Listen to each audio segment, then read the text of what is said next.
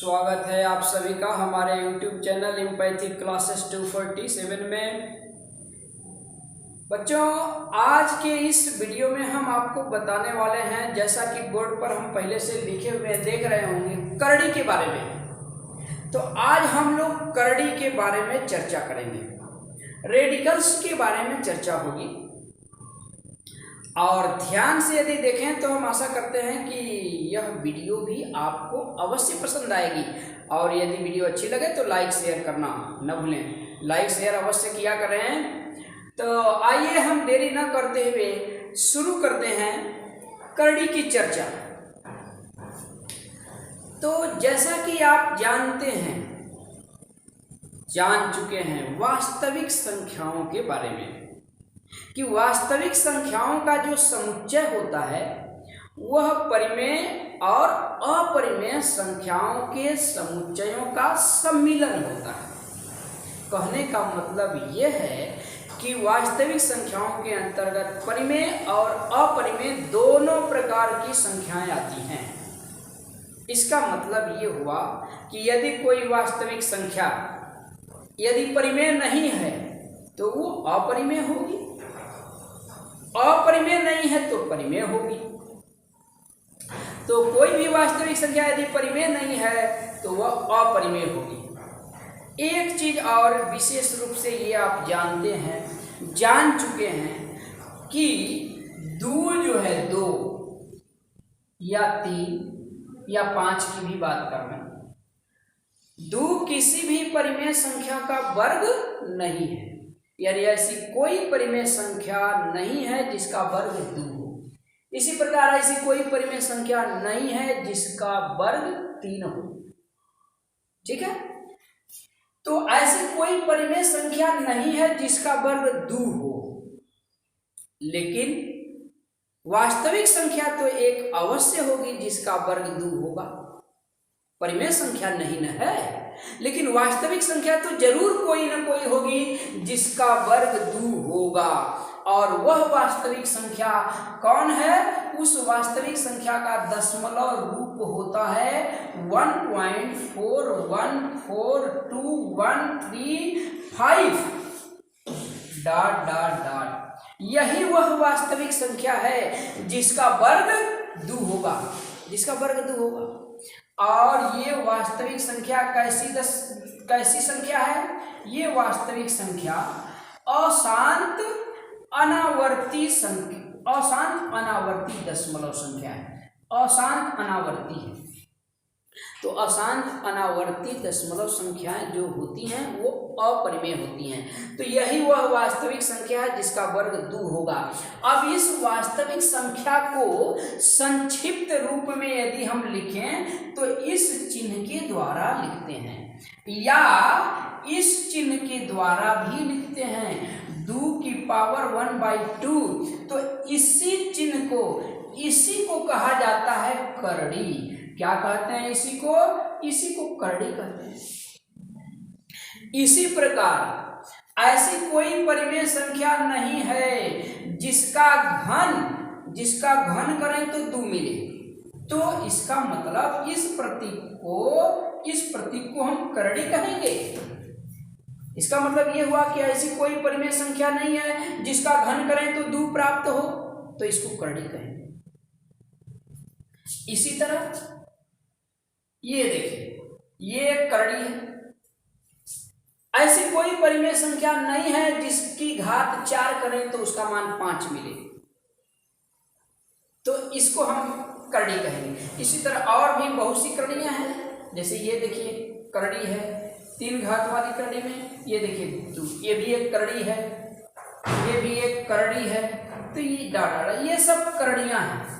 और ये करड़ियां अपरिमेय संख्याएं, ये सारी की सारी जो है अपरिमेय संख्याएं हैं।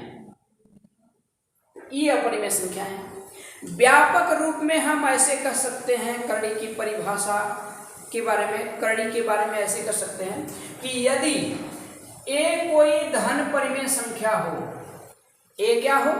ए कोई धन परिमेय संख्या हो, तो यदि ऐसी कोई परिमेय संख्या न हो जिसकी घात n के रूप में इसे हम प्रदर्शित कर सकें, यानी एक धन परिमेय संख्या है।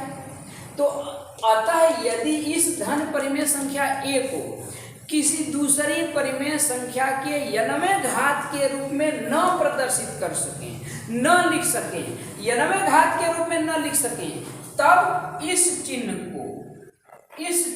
को कहा जाएगा करड़ी। इस चिन्ह को करड़ी कहेंगे।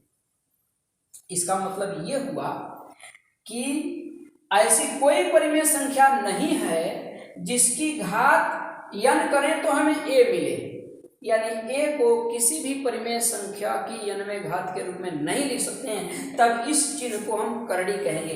इसी को ऐसे भी लिख सकते हैं a की पावर 1/n, इस चिन्ह को हम करड़ी कहेंगे। ये करड़ी है। सपोज आइए एग्जाम्पल एक दिखाते हैं। जैसे मान लीजिए कोई परिमेय संख्या है 8, परिमेय संख्या है 8। अब 8 को क्या हम किसी दूसरी परिमेय संख्या के n वें घात के रूप में लिख सकते हैं? तो लिख भी सकते हैं, नहीं भी लिख सकते हैं। देखिए आइए, अगर इसे हम 2 की घात के रूप में लिखें तो 2 की घात 3 तो लिख सकते हैं, लेकिन 8 को हम 2 की घात 2 के रूप में नहीं लिख पाएंगे। तो 2 की घात 2 के रूप में नहीं लिख पा रहे हैं, तब हम इस चिन्ह को करड़ी कहेंगे। 2 की घात 4 के रूप में हम नहीं लिख पाएंगे 8 को, तब इस चिन्ह को कहा जाएगा करड़ी। आइए और दिखाते हैं। इसी 8 को 2 की पावर 5 हम नहीं लिख पाएंगे, 2 की घात 5 के रूप में हम प्रदर्शित नहीं कर सकते हैं। तो जितनी घात के रूप में हम नहीं लिख सकते हैं, वो देखिए जितनी घात के रूप में नहीं लिख रहे हैं, देखिए उस संख्या को हम कहाँ लिख रहे हैं? यहाँ, ठीक है ना। तो यहाँ और इसके अंदर 8, इसको हम करड़ी कहेंगे। 2 की घात 3 के रूप में हम 8 को लिख ले रहे हैं, तो इसको हम करड़ी नहीं कहेंगे। 3 यहां लिख दें और इसके अंदर 8, ये करड़ी नहीं है, ये करड़ी नहीं है। ये तो एक परिमेय संख्या है। हाँ, ये एक परिमेय संख्या है। कितना मान होगा इसका? 2 होगा। तो बताइए, इसका मान 2 होगा, तो 2 एक परिमेय संख्या है ना, तो 2 परिमेय है, तो भाई ये परिमेय है, राइट। ठीक है, चलते हैं आगे। तो ये रही करड़ी की परिभाषा, ठीक है। ये करड़ी की परिभाषा, ये करड़ी है। इसमें इसको क्या कहेंगे? ये जो हमारी संख्या n है, इसको कहते हैं करड़ी घात। क्या कहते हैं? करड़ी घात कहते हैं। ये जो संख्या है, इसको कहते हैं करड़ीगत राशि। ये करड़ीगत राशि कहलाती है, ठीक है। हम आशा करते हैं कि करड़ी के बारे में आप समझ गए होंगे। तो ये तो रही करड़ी। अब आइए कुछ करड़ियों के हम नियम आपको बताने जा रहे हैं, जिन नियमों का प्रयोग करते हुए करड़ी से संबंधित प्रश्नों को हम सरल करेंगे। करड़ियों का जोड़ होगा, करड़ियों का व्यवकलन करना हो, करड़ियों का गुणा करना हो, करड़ियों की भाग करनी हो, तो इन नियमों का हम प्रयोग कर सकते हैं। तो आइए करड़ियों के कुछ हम नियम आपको बता रहे हैं। करड़ियों के नियम, करड़ियों के नियम देखिए। पहला नियम, यदि n घात की कोई करड़ी है, n घात की कोई करड़ी है और इसके अंदर कोई परिमेय संख्या लिखी गई है a, तो इसकी घात यदि n करेंगे तो इसकी वैल्यू a होगी। इसका मतलब n घात की कोई करड़ी है और उस करड़ी की घात n करेंगे तो ये करड़ी खत्म हो जाएगी, करड़ीगत राशि बस करड़ी से बाहर हो जाएगी, ये आ जाएगा। जैसे देखिए, मान लीजिए 3 घात की करड़ी है, 2 इसके अंदर लिखा हुआ है, इसकी घात अगर 3 हम करें तो ये करड़ी खत्म हो जाएगी, इसका मान 2 आ जाएगा। खत्म कैसे होगी? ये देखिए, इस चिन्ह को अगर हटाएं, करड़ी चिन्ह को हटाएं, करड़ीगत राशि को करड़ी से बाहर करें तो 2 की घात ये 1/3 हो जाएगी। इसकी पावर है 3। तो पावर की पावर जब होती है तो पावर का आपस में क्या हो जाता है, मल्टीप्लाइकेशन हो जाता है, गुणा हो जाता है। तो घात की घात है तो घातों का आपस में गुणा हो जाता है। तो 1/3 में 3 का गुणा हो जाएगा, 1/3 गुणे 3, 3 से 3 कट जाएगा, 2 की घात 1 यानी 2 आ गया। ठीक है, तो ये करणी का पहला नियम। आइए चलते हैं आगे, दूसरा नियम देखिए। दूसरा नियम, यदि समान घात की दो करणियां हैं, घात समान है तो n घात वाली करणी में a है, ठीक है, और n घात वाली करणी में b है, दोनों की घात समान है। तो यदि इनका आपस में गुणा करना हो तो ये हो जाएगा n घात वाली करणी के अंदर a गुणते b यानी a भी हो जाएगा। ठीक है, यानी घात समान हो तो करणीगत राशियों का आपस में गुणा कर दिया जाता है। अब अगर इसकी पावर n करें तो फिर वही पहला नियम लगाएं, इसकी पावर n करें तो करणी खत्म हो जाएगी, a भी आ जाएगा। आइए तीसरा नियम देखते हैं। यदि समान घात की यही दो करणियां हैं, n घात वाली करणी में a है और n घात वाली करणी में b है, इनका आपस में भाग करना है, एक करणी में दूसरी करणी से भाग देना है। भाग का मतलब बटे करना है, यानी ऐसे करना है, n घात वाली करणी में a अब बटा n घात वाली करणी में b, तो ये हो जाएगा n घात वाली करणी में a बटा b हो जाता है। यानी घात समान हो तो करणीगत राशियों का आपस में भाग हो जाएगा, मतलब जिसमें जिसकी भाग देनी हो पहले में दूसरे की भाग हो जाएगी। तो ये तीसरा नियम रहा। आइए चलते हैं आगे और देखिए, और अच्छा इन पर एक एग्जाम्पल आपको दिखाते हैं। जैसे दूसरा नियम अभी आपको बताया, समान घात की करणियां हो तो करणीगत राशि का आपस में गुणा हो जाता है। जैसे मान लीजिए 3 घात वाली करणी में 6 लिखा है और 3 ही घात वाली करणी में 4 लिखा है, तो यदि दोनों का आपस में गुणा है तो यह हो जाएगा 3 घात वाली करणी में 6 चौके 24 हो जाएगा। अब आगे इनको सरल करना हो तो कर सकते हैं, मतलब ऐसे हो जाएगा। अच्छा अब आइए, अगर 4 घात वाली करणी है, इसमें 16 लिखा है, या मान लीजिए इसमें 20 लिखा है, 4 घात वाली करणी में 20 लिखा है, और एक 4 घात वाली करणी है और इसमें लिखा है मान लीजिए 6 लिखा है, तो ये भाग यदि करना है तो क्या हो जाएगा, 4 घात वाली करणी में ये हो जाएगा 20/6 हो जाएगा। ठीक है ना, तो समान घात की करणियां हैं तो भाग है तो भाग कर देंगे, गुणा है तो गुणा कर देंगे। अब आइए चलते हैं आगे और देखिए, और नियम देखिए, चौथा नियम देखिए, यदि m और n दो धन पूर्णांक हैं, यदि m तथा n दो धन पूर्णांक है, ये दो क्या है, धन पूर्णांक है,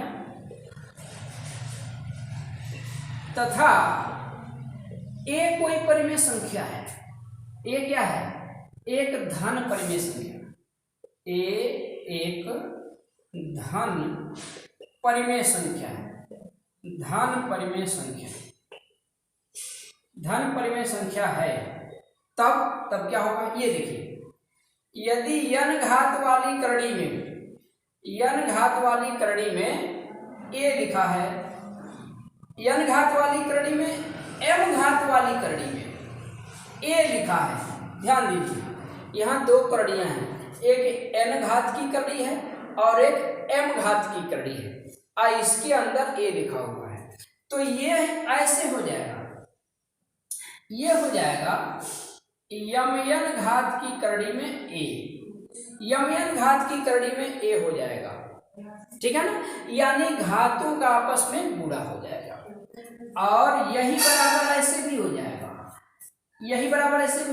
m घात वाली करणी में n घात वाली करणी में a, ऐसे भी लिख सकते हैं, यानी इसका और इसका दोनों को ही हम इस रूप में, दोनों का ही मान जो है ये इसके बराबर होगा, यानी इसको और इसको दोनों को ही हम इस रूप में लिख सकते हैं। अब आइए एक एग्जाम्पल दिखाते हैं। जैसे मान लीजिए 3 घात वाली करणी में फिर 4 घात वाली करणी में लिखा है 6, ठीक है, तो ये क्या हो जाएगा, ये हो जाएगा 12 घात वाली करणी में 6 12 घात वाली कड़ी में 6 हो जाएगा ये, ठीक है ना। तो ये एक नियम रहा। अब आइए चलते हैं आगे, एक नियम और देखिए, एक नियम और देखिए करणियों का, 5वां नियम, यदि यम एन एवं पी, यम एन एवं पी धन पूर्णांक है, ये क्या है, धन पूर्णांक है, धन पूर्णांक है, तथा ए एक धन परिमेय संख्या है। क्या है, धन परिमेय संख्या है, धन परिमेय संख्या है। तब यदि यम की घात, यदि यम घात वाली कड़ी के अंदर ए की घात पी लिखी है, ए की घात पी लिखी है, तो ये किसके बराबर, इसे हम ऐसे भी लिख सकते हैं, बराबर यमयन घात की कड़ी में घात यमयन बना दिए, यम से यमयन घात बना दिए, मतलब यम में यन का गुणा कर दिए, तो ये हो जाएगा ए की घात पी एन हो जाएगा, पी एन हो जाएगा। कहने का मतलब ये है कि किसी भी कड़ी के घात में जितने का गुणा करेंगे, कड़ीगत राशि पर उतनी घात हो जाएगी। यहां हमने क्या किया है, ए की पावर पी है और इसकी पावर भी यन कर दिए हैं, तभी तो ये पावर की पावर है, तो आपस में पावर का गुणा हो गया है, तो ये घात पीएन हो गई है, ए की घात पीएन हो गई, ठीक है। अब आइए एक एग्जाम्पल दिखाते हैं। जैसे मान लीजिए 4 घात वाली कड़ी के अंदर लिखा है 8, ठीक है, 4 घात वाली कड़ी के अंदर 8 लिखा है। अब इस घात में हम किसी संख्या से गुणा कर दिए, किसी भी संख्या से गुणा कर दिए, मान लीजिए 4 से घात हम बना दिए इसकी 12 घात बना दिए, तो क्या किए, इसमें 3 से गुणा कर दिए ना, 3 से गुणा कर दिए इसमें, तो जो ये कड़ीगत राशि है ए, इसकी 3 घात करनी होगी हमें, 3 पावर करनी है, ठीक है ना, बस यही काम करना है।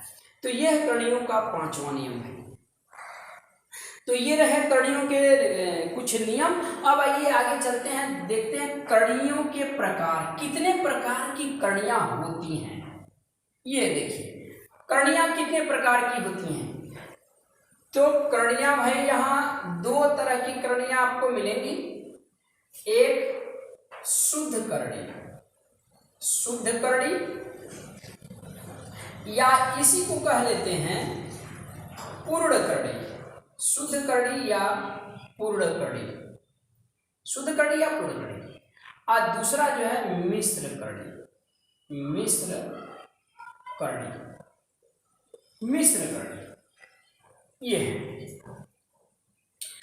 अब देखिए शुद्ध कड़ी क्या होती है या पूर्ण कड़ी क्या होती है, मिश्र कड़ी क्या होती है, ध्यान दीजिए।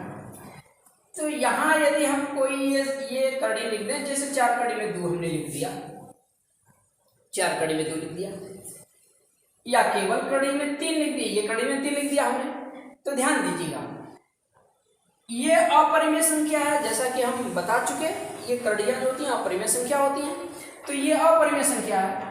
और इसके बाहर यहाँ गुणे रूप में हम चाहें तो 1 लिख सकते हैं ऐसे, यानी 1 इंटू √3 है ना, ये 1 इंटू √3 है, √3 का मतलब 1 इंटू √3 है ये।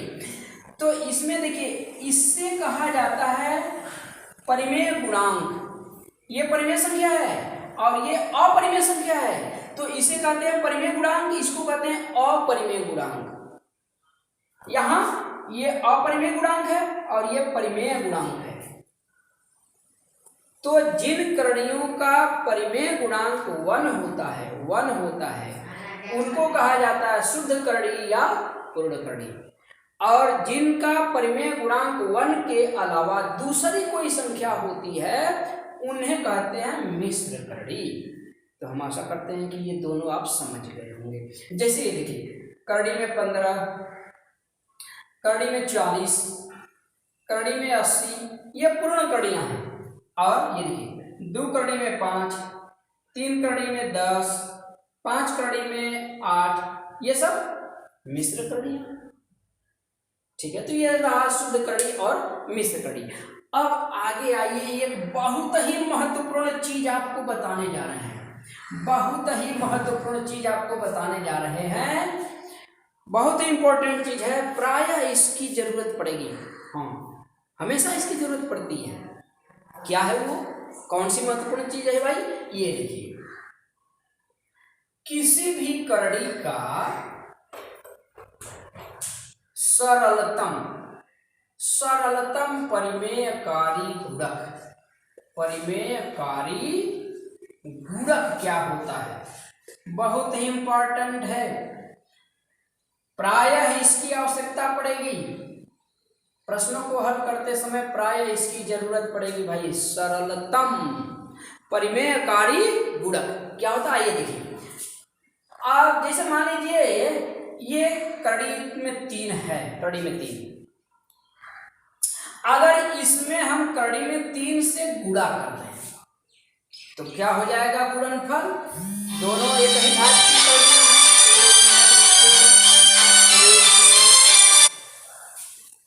एक मिनट, ये दोनों एक ही घात की कड़ियां हैं, तो ये आपस में गुणा हो जाएगा कड़ीगत राशियों का। कड़ी में 9 हो जाएगा, कड़ी में 9 का मतलब 3, यानी कड़ी खत्म। ये जो गुणनफल मिला, ये गुणनफल कैसा है? परिमेय संख्या है। और देखिए, जैसे मान लीजिए 3 घात वाली कड़ी में 2 लिखा है, या 3 घात वाली कड़ी में 4 है मान लीजिए, इसमें हम गुणा कर दें 3 घात वाली कड़ी में 2 से, तो क्या होगा? ये देखिए, घात समान है, घात समान है, तो कड़ीगत राशियों का आपस में गुणा कर देंगे, कड़ीगत राशियों का आपस में गुणा हो जाएगा, तो ये 4 दूनी 8 हो गया, यानी 8 का एक घनमूल हो गया। इसका गुणनखंड करें, 2 गुणे 2 गुणे 2, ठीक है, 3 ठो 2 मिलेंगे, 3 घात की कड़ी है, 3 का समूह करके बाहर करते हैं, तो इसका मान कितना आ जाएगा? 2 आ जाएगा। 2 कैसी संख्या है? परिमेय संख्या है। तो ये देखिए, इसको देखिए, ये ऐसी कड़ियां हैं जिनका दी गई कड़ी में गुणा करने पर गुणनफल परिमेय संख्या मिल रहा है। जो गुणनफल हमें मिल रहा है वह परिमेय संख्या प्राप्त हो रही है। तो इन कड़ियों को, इसको दी गई कड़ी का सरलतम परिमेयकारी गुणक कहेंगे। इस कड़ी का सरलतम परिमेयकारी गुणक कहेंगे। तो हम आशा करते हैं कि आप समझ गए होंगे, है ना? आइए इसकी परिभाषा बनाते हैं। वह छोटी से छोटी कड़ी जिसका दी गई कड़ी में गुणा करने पर गुणनफल परिमेय संख्या प्राप्त हो, तो उस कड़ी को दी गई कड़ी का सरलतम परिमेयकारी गुणक कहते हैं। ठीक, अब आइए सरलतम परिमेयकारी गुणक ज्ञात कैसे किया जाएगा? अगर हम कोई कड़ी दे दें और आपसे पूछ दें सरलतम परिमेयकारी गुणक इसका बताइए, तो कैसे बताएंगे? जैसे मान लीजिए 3 घात वाली कड़ी में हमने 9 लिख दिया और पूछ दिया कि इसका सरलतम परिमेयकारी गुणक बताइए, तो करेंगे क्या? ध्यान से इसको देखिए, ये जो संख्या है ना कड़ी के अंदर, इस संख्या का करेंगे अभाज्य गुणनखंड करेंगे, ठीक है?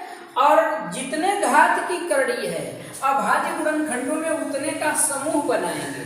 अगर समूह बन जाए तो भी ठीक, नहीं बनेगा तो भी ठीक। यदि समूह नहीं बनता है तो हमें ये देख लेना है कि समूह को पूर्ण होने के लिए किसकी जरूरत है, किस गुणनखंड की जरूरत है। तो हम यहाँ देख रहे हैं कि 3 का समूह होने के लिए एक 3 की हमें जरूरत है, एक 3 की जरूरत है। तो बस जिसकी जरूरत है उसी को, जितने घात की कड़ी है उतने घात की कड़ी के अंदर लिख देंगे। 3 की जरूरत है तो 3 को 3 घात वाली कड़ी के अंदर लिख देंगे। यही दी गई कड़ी का सरलतम परिमेयकारी गुणक होगा। आइए और देखते हैं। जैसे मान लीजिए कड़ी में 40 है, कड़ी में 40 2 घात की कड़ी है, 40 का गुणनखंड करेंगे, 40 का गुणनखंड करेंगे, क्या मिलेगा? 2 गुणे 5। 2 घात की करनी है, 2 का समूह बनाएंगे, 2 का समूह बन गया। अब देखिए इन दोनों को 2 का समूह होने के लिए, यानी इनको डबल और इसको डबल होने के लिए एक 2 की आवश्यकता है और एक 5 की आवश्यकता है। ठीक है, तो यहां लिख देंगे 40 के गुणनखंड से स्पष्ट है कि इनके भाज्य गुणनखंडों में 2 का समूह पूरा होने के लिए किसकी जरूरत है? एक 2 की जरूरत है, एक 5 की जरूरत है, अर्थात 2 5 10 की जरूरत है। तो इसलिए करड़ी में 40 का सरलतम परिमेयकारी गुणक हो जाएगा करड़ी में 10। बस इसी को करड़ी के अंदर जितने घात की करड़ी है उतने घात के अंदर कर देंगे, यही सरलतम परिमेयकारी गुणक हुआ इसका। एक और देख लेते हैं। 3 घात वाली करड़ी में मान लीजिए 20 लिखा है, ठीक है ना? तो क्या करेंगे? 20 का गुणनखंड करेंगे, 20 का गुणनखंड करेंगे 2 गुणे 5। 3 का समूह बनाना है क्योंकि 3 घात वाली करड़ी है। 3 का समूह पूरा होने के लिए किसकी जरूरत है? एक 2 की जरूरत है और 2 5 की जरूरत है, 2 5 की जरूरत है, अर्थात 2 5 10 5 50 की जरूरत है। इसलिए 3 घात वाली करड़ी में 50 इस करड़ी का सरलतम परिमेयकारी गुणक होगा। तो हम आशा करते हैं कि सरलतम परिमेयकारी गुणक आपको अवश्य समझ में आ गया होगा। सवाल इस पे आता है, कोई करड़ी दे देगी, उसके हर में कोई अपरिमेय संख्या है, कह देगा इसके हर का परिमेयकरण कीजिए, या कहीं कह देगा अंश का परिमेयकरण कीजिए, अंश को परिमेय संख्या बना करके लिखिए। ठीक है ना? एक चीज और बता दें, संयुग्मी क्या होता है? संयुग्मी, क्योंकि इसकी भी जरूरत पड़ती है। तो यदि 2 पदों वाली कोई करड़ी वाला व्यंजक है, जैसे मान लीजिए करड़ी में 3 है अब -2 है, ठीक है ना? तो एक ऐसी इसके संगत एक ऐसी ये संख्या है हमारी करड़ी में 3 प्लस करड़ी में 2, एक ऐसा ये व्यंजक है कि जिसका इसमें अगर गुणा करें तो गुणनफल हमें परिमेय संख्या प्राप्त होगी। गुणनफल क्या मिलेगा? परिमेय मिलेगा। तो ये और ये दोनों ही एक दूसरे के संयुग्मी कहलाएंगे। इनका आपस में गुणा करेंगे ना तो गुणनफल हमें एक परिमेय संख्या मिलेगी, तो ये आपस में संयुग्मी कहलाएंगे। ठीक है ना? बस बीच का चिन्ह बदल जाता है। तो हम आशा करते हैं कि संयुग्मी भी आप समझ गए होंगे। हाँ, तो एक चीज और बता दें, करणियों की तुलना कैसे करेंगे? करणियों की तुलना, जैसे मान लीजिए 2 करणियां हम आपको दे दें, 2 करणियां हम आपको दे दें,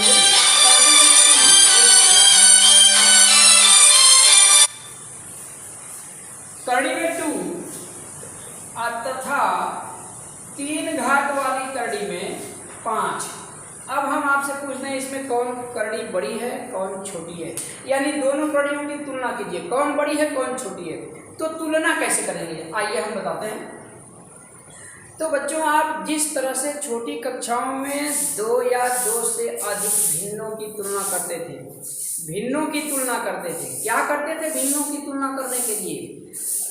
या तो उनके हर को बराबर बनाते थे या तो उनके अंश को बराबर बनाते थे। यदि हर उनके बराबर हो जाते थे तो जिस भिन्न का अंश बड़ा होता था वह भिन्न बड़ी होती थी, जिसका अंश छोटा होता था वह भिन्न छोटी होती थी।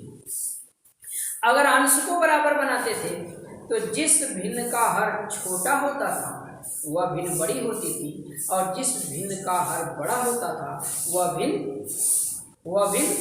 छोटी। जिसका हर छोटा वह भिन्न बड़ी और जिसका हर बड़ा वह भिन्न छोटी होती थी। तो यहाँ पर 2 कड़ियों की हमें तुलना करनी है, देखना है कौन सी कड़ी बड़ी है कौन सी कड़ी छोटी है। तो इसके लिए हम क्या करेंगे, कड़ी घात जो है ना, कड़ी घात को समान करेंगे, कड़ी घात बराबर करेंगे कड़ी की, और बराबर घात होगी कितनी? तो दोनों कड़ियों की घातों का जो लसा होगा, यहाँ कुछ घात नहीं लिखी है, 2 घात की कड़ी है तो 2 तथा 3 का ले लेंगे लसा, 2 तथा 3 का लसा कितना हो जाएगा? 6 हो जाएगा, अर्थात दोनों ही कड़ियों की घात को हम 6 बना देंगे। आइए हम घात 6 बनाने जा रहे हैं। ये 2 घात की कड़ी में 2 लिखा है, इसकी घात को हमें 6 बनाना है। 2 घात पहले से है, 6 बनाना है तो क्या करना होगा, इसकी घात में 3 से गुणा करना होगा। 3 से गुणा करना होगा। जब घात में 3 से गुणा करेंगे तो घात में 3 से गुणा करेंगे तो कड़ीगत राशि पर क्या करना होगा। अभी हम कड़ियों के नियम में आपको 5वां नियम बताए हैं कि कड़ी घात में जितने से गुणा करेंगे कड़ीगत राशि पर उतनी घात हो जाएगी। तो 3 से गुणा करेंगे तो 2 पर 3 घात हो जाएगी यहाँ पर। तो ये बराबर हो जाएगा हमारा 6 घात वाली कड़ी के अंदर 8। 6 घात वाली कड़ी में 8 हो गया। अब ये इसकी घात 6 बना रहे हैं। ये 3 घात की कड़ी में 5 लिखा है। 3 घात कड़ी में 5 है। 3 घात को हमें 6 घात में परिवर्तित करना है तो 2 से गुणा करना होगा। इसमें 2 से गुणा करेंगे तो 5 पर घात 2 कर देंगे। घात में जितने से गुणा कड़ीगत राशि पर उतनी घात। तो ये कितना हो जाएगा। अब 6 घात वाली कड़ी में 25 हो जाएगा। ठीक है ना।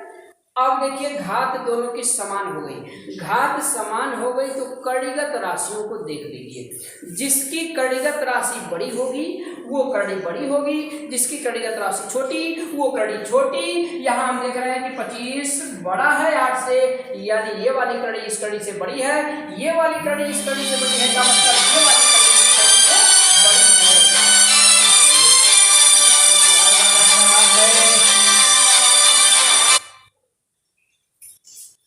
एक मिनट बच्चों, तो हम आशा करते हैं कि आप कड़ियों की तुलना करना भी जान चुके होंगे।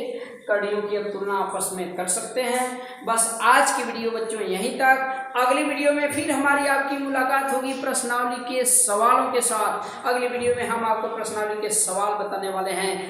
इंतजार करते रहिएगा हमारी अगली वीडियो का। तब तक के लिए thank you very much for watching this.